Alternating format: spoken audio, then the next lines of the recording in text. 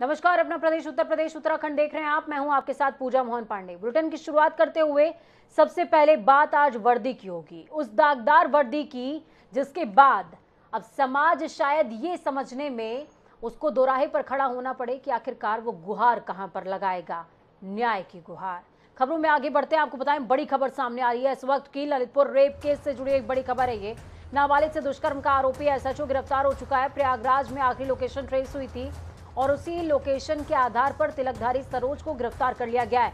तो बड़ी खबर, अहम जानकारी आपको प्रयागराज से दे रहे हैं। एसएचओ तिलकधारी सरोज को गिरफ्तार कर लिया गया है। हालांकि इन्हें पूर्व एसएचओ बोला जाए तो ज्यादा मुनासिब होगा। ललितपुर रेप केस से जुड़ी बड़ी और अहम जानकारी, ये वही दरिंदा है जिसने नाबालिग को अपनी हवस का शिकार बनाया जब वो न्याय की गुहार लगाने के लिए न्याय के दरवाजे पर पहुंची थी। तो बड़ी खबर, अहम जानकारी आपको प्रयागराज से दे रहे हैं इस वक्त की। ललितपुर रेप केस से जुड़ी हुई एसएचओ पूर्व एसएचओ तिलकधारी सरोज को गिरफ्तार कर लिया गया है। ललितपुर में नाबालिग के साथ थाने में रेप मामले पर पुलिस की बड़ी कार्रवाई हुई है। दुष्कर्म के आरोपी ललितपुर थाना इंचार्ज को पहले ही पद से निलंबित कर दिया गया था, लेकिन अब एडीजी कानपुर जोन भानु भास्कर ने बड़ी कार्रवाई की है, जिसमें पाली थाने के सभी पुलिसकर्मियों को लाइन हाजिर किया गया, निलंबित किया गया। शहर में 13 साल की किशोरी ने एसएचओ पर रेप का आरोप लगाया था। इसकी तहरीर किशोरी की मां ने दी। उन्होंने बताया कि थाना प्रभारी तिलकधारी सरोज ने कमरे में ले जाकर किशोरी के साथ दुष्कर्म किया। इसका खुलासा होने के बाद, ये खुलासा कब हुआ वो भी समझ लीजिए, जब ये नाबालिग चाइल्ड लाइन को सौंपी गई, काउंसलिंग हुई। काउंसलिंग के दौरान खुलासा पूरे मामले का हुआ है और अब इस पूरे मामले की जांच झांसी के अधिकारी कर रहे हैं। अखिलेश यादव का ट्वीट आपको दिखा रहे हैं पूरे मसले को लेकर के। पूर्व मुख्यमंत्री अखिलेश यादव ने ललितपुर मामले पर ट्वीट किया है। हालांकि वो ललितपुर भी पहुंचे हैं, जहां पर रेप पीड़िता के साथ में परिजनों से मुलाकात हुई है। अखिलेश यादव ने ट्वीट करके कहा कि न्याय को ही लोगों के दरवाजे तक नहीं पहुंचना होता, कभी कभी न्याय की पुकार के लिए लोगों के दरवाजे भी जाना पड़ता है। क्या कुछ इस दौरान पहुंचते ही अखिलेश यादव ने कहा, सुनिए। कल्पना कर सकते हो पुलिस की ने जान ली हो और पुलिस की कहानी बदल रही हो। आपको हमको दुख नहीं होना चाहिए आज के समय पर? हम दुनिया में क्या चेहरा दिखाएंगे? मैंने यही सवाल पूछा है कि क्या पुलिस स्टेशन पे बुलडोजर चलेगा कि नहीं चलेगा?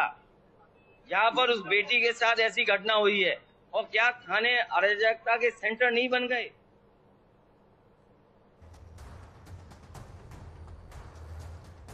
तो ये जो टीवी स्क्रीन पर आप तस्वीर देख पा रहे हैं, ये उसी दरिंदे की तस्वीर है जिसने खाकी को बेआबरू कर दिया है।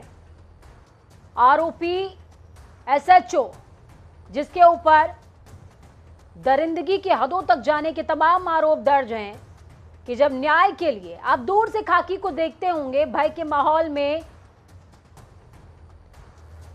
दूर से खाकी को देख के एक संतोष मन में आता होगा कि शायद यहां न्याय मिल जाए, शायद यहां सुरक्षा मिल जाए। चलिए ग्राउंड जीरो का रुख करते हैं। हमारे साथ में विजय जैन जुड़े हुए हैं ललितपुर से, तो वहीं प्रयागराज से आनंद हमारे साथ में जुड़े हुए हैं।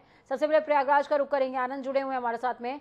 आनंद, एसएचओ को आखिरकार पकड़ा गया प्रयागराज से, लास्ट लोकेशन भी प्रयागराज की थी जो कि ट्रेस हो चुकी है।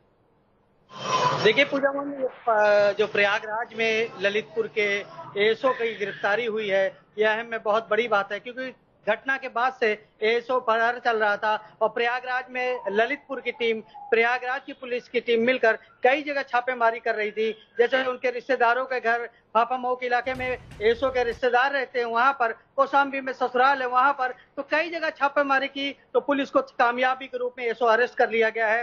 हालांकि ये बहुत बड़ा सवाल है कि इस प्रकार की घटना वो भी ललितपुर यूपी में घटित हुई है और पुलिस की वो भी खाकी पर ऐसे सवालिया निशान है, तो कहीं ना कहीं जो यूपी सरकार और सबसे बड़ी बात आनंद यहाँ पर यह है कि ये कोई पहला मामला नहीं है। गोरखपुर से लेकर के तमाम वो क्षेत्र जहां पर खाकी हमेशा कटघरे में खड़ी रही, लेकिन इस बार हद हुई है। इस बार न्याय की उम्मीद जिस खाकी से की जा रही थी, उसी ने न्याय को बेआबरू कर दिया। ललितपुर से हमारे साथ में विजय जैन जुड़े हुए हैं। विजय, क्या कुछ अपडेट है? एसएचओ मेरे ख्याल में प्रयागराज से अब ललितपुर पहुंच गया होगा, उसको आगे की कार्रवाई कहां तक पहुंची है? क्या लाइन हाजिर किया गया है? क्या कुछ बयान अभी तक दर्ज हुए हैं? पेशगी की क्या कुछ तैयारियां की गई हैं?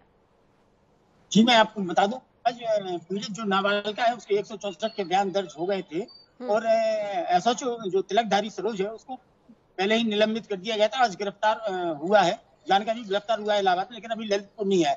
डीआईजी इस पर सख्त नजर रखेंगे। इसी मामले को लेकर आज अखिलेश यादव भी यहाँ ललितपुर आए। प्रशासन ने काफी प्रयास किया उन्हें रोकने का, लेकिन शॉर्टकट एक दूसरे रास्ते से सीधे जिला अस्पताल पहुंचे। वो वहां जाके नाबालिग जो पीड़ित महिला है जिसके साथ थाने में बलात्कार होता है उससे जाकर वो मिले, वार्ता की। उसके बाद आके उन्होंने मीडिया से रूबरू हुए। मीडिया से चर्चा करते हुए उन्होंने क्या कि लगातार बुलडोजर चलाने वाले बाबा क्या आरोपी पुलिस कर्मियों के घर पे बुलडोजर चलाएंगे? जो इस रेप मामले में दोषी हैं क्या उन पर बुलडोजर चलाया जाएगा? इसी प्रकार की तमाम बातें करते हुए कटघरे में खड़ा किया सरकार को। बहुत शुक्रिया आनंद हमारे साथ जुड़ने के लिए। विजय आप हमारे साथ में बनी रहिए क्योंकि अगली खबर जो है वो भी इसी तरीके से संवेदनशील है, उस पर आपकी जरूरत होगी।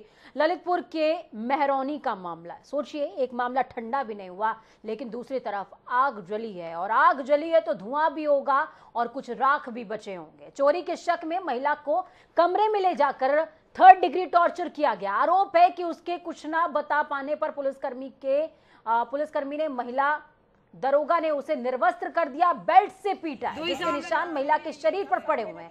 मामला तूल ना पकड़े इसलिए पीड़िता को थाने ले जाया गया, जहां पति पत्नी के बीच विवाद बताकर शांति भंग मामले में बीमार पति सहित उसके खिलाफ कार्रवाई कर दी गई है।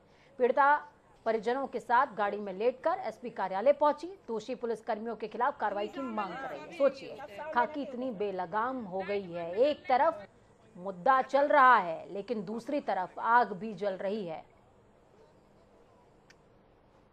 हमारे साथ हम चोरी का अंजाम लगाया है कि तुमने हमारी चीजें उठाई है। हमने मैम से बोला हमने नहीं उठाया, इतने दिन से उनकी चीज उठी है तो उनने उस दिन तो बताई नहीं है। जिस दिन हम खाना बनाने गए उस दिन उनने कुंडी लगा ली है मेरे, तो पूरी अपने पतिदेव को बुलाया, तो अपने पतिदेव को बुलाया तो फिर अंदर फिर से कुंडी लगा ली। उनकी घरवाली ने वो कुंडी लगाई है, उनके घर वालों ने वो कोर्ट वाले में जो टूटी करती थी तो उसने भी मारा है। फोन करके बुला लिया, फोन करके बुला लिया। जिस दिन हम बागेश्वर धाम जा रहे थे उस दिन उन्होंने बुला लिया था, तो हमें जाने नहीं दिया। विजय जुड़े हुए हमारे साथ में। विजय, ये दूसरा मामला, पहले मामले की आग ठंडी भी नहीं हुई है या यूं कहें कि उसमें सरकार घिरती हुई नजर आ रही है, लेकिन ये दूसरा मामला ये भी बेहद संवेदनशील है। किस तरीके से खाकीधारियों ने अपने बल का, अपनी शक्ति का दुरुपयोग किया है महिला के शरीर पर। जी मैं आपको बता दूं कि ये जो महिला पूजा है ये पुलिस कर्मी उसके घर ये खाना बनाने का कार्य करती थी और उस पर आरोप लगाया गया कि उसने चोरी की है। घटना के 15 दिन बाद उसको बुलाया गया और पुलिस वाला जो है अंशु पटेल और उसकी पत्नी ने उसे कमरे में बंद करके मारा। फिर एक महिला कांस्टेबल अंशु को बुलाया। विजय, क्या अभी तक इन पुलिस कर्मियों पर कोई कार्रवाई हुई है? जी पुलिसकर्मी को जो आरोपी है आरोप लगाया था उसको निलंबित कर दिया गया है पुलिस अधीक्षक ने डीआईजी के आदेश पर। चूंकि ये मामला जैसे ही डीआईजी के संज्ञान में आया था डीआईजी ने तत्काल गंभीरता से लेते हुए उसको निलंबन कर दिया, निलंबित हो गया पुलिस। चलिए बहुत शुक्रिया हमारे साथ जुड़ने के लिए, हम जानकारी साझा करने के लिए। तो बेहद जरूरत है इस बात की कि जिनके हाथ में सत्ता है, जिनके पास शक्ति है, जिनके पास ये ताकत है कि वो न्याय दिला सकें, उन पर लगाम भी लगाई जाए, क्योंकि शक्ति का संतुलन बेहद जरूरी है। कहते हैं कि संतुलन ना हो तो शक्ति बेलगाम हो जाती है। जी हाँ, बेलगाम होने का एक नमूना मेरठ में भी देखने को मिला। दिल्ली एक्सप्रेसवे के भूमि अधिग्रहण में हुए घोटाले में उत्तर प्रदेश सरकार ने बड़ी कार्रवाई करी। भ्रष्टाचार के खिलाफ जीरो टॉलरेंस की नीति के तहत उत्तर प्रदेश के मुख्यमंत्री योगी आदित्यनाथ ने गाजियाबाद की पूर्व जिला अधिकारी निधि केसरवानी को निलंबित कर दिया है। मैडम वर्तमान में केंद्र सरकार में deputy secretary national institute of health and family welfare में तैनात है। प्रदेश सरकार ने इनके खिलाफ विभागीय कार्रवाई शुरू करने के लिए भारत सरकार को पत्र लिखा है और खुद मुख्यमंत्री ने। आईएएस अधिकारी निधि केसरवानी इस समय भारत सरकार के स्वास्थ्य विभाग में बतौर डिप्टी सेक्रेटरी काम कर रही हैं। 2004 बैच की मणिपुर कैडर से आने वाली निधि केसरवानी के खिलाफ भूमि अधिग्रहण मामले में गड़बड़ी का आरोप वो 21 जुलाई 2016 को गाजियाबाद के डीएम रही थी। आईएएस निधि केसरवानी के खिलाफ कार्रवाई अब केंद्र सरकार को तय करनी होगी। सरकार ने इस पूरे मसले में दोषियों के खिलाफ एफआईआर दर्ज करने का भी आदेश दे दिया है। तो वहीं लोक निर्माण मंत्री जितिन प्रसाद दोपहर विंध्याचल धाम पहुंचे। उन्होंने सविधि माता विंध्यवासिनी की पूजा अर्चना करी, दर्शन पूजन किया। इस दौरान उन्होंने विंध्य कॉरिडोर योजना के निर्माण कार्यों का अवलोकन करते हुए किए जा रहे कार्यों का निरीक्षण भी किया। धाम में जारी निर्माण कार्य में जन सुविधा को प्राथमिकता दिए जाने की बात कही। जितिन प्रसाद ने कहा कि विंध्याचल में आने वाले भक्तों को कोई असुविधा न हो, इसके लिए जनप्रतिनिधियों से वार्ता करके समुचित विकास कार्य कराया जाएगा। उन्होंने जिले के अधिकारियों के साथ बैठक करते हुए सरकार की तमाम योजनाओं की जानकारी ली है। विंध्याचल में गंगा नदी में कटान और आए दिन गंगा नदी में दर्शनार्थियों के डूबने से हो रही मौतों को रोकने के लिए भी काम किए जाने की बात कही। आपको बता दें, जितिन प्रसाद पीडब्ल्यूडी मंत्री।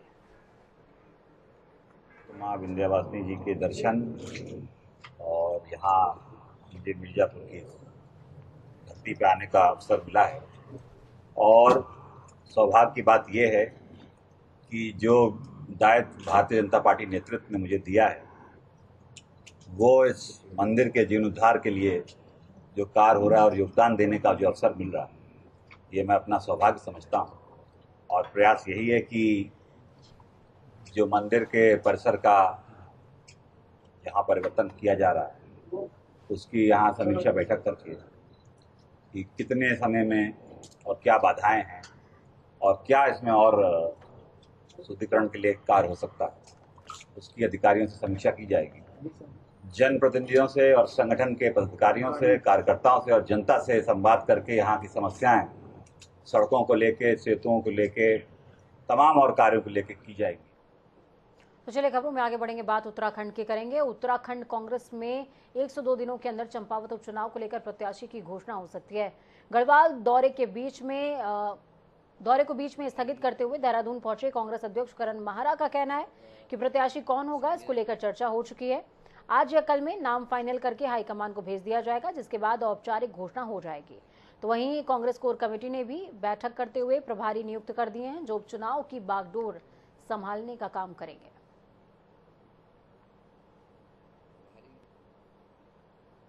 तो वहीं पूर्व मुख्यमंत्री और कांग्रेस नेता हरीश रावत हल्द्वानी के दौरे पर रहे। हरीश रावत ने 4 धाम यात्रा की व्यवस्थाओं पर सवाल उठाते हुए कहा कि पिछले साल 4 धाम यात्रा में सरकार की ओर से उठाए गए कदम बेहतर नहीं थे, लेकिन उम्मीद की जानी चाहिए कि पिछले साल की गलतियों से सरकार ने इस बार सबक लिया होगा।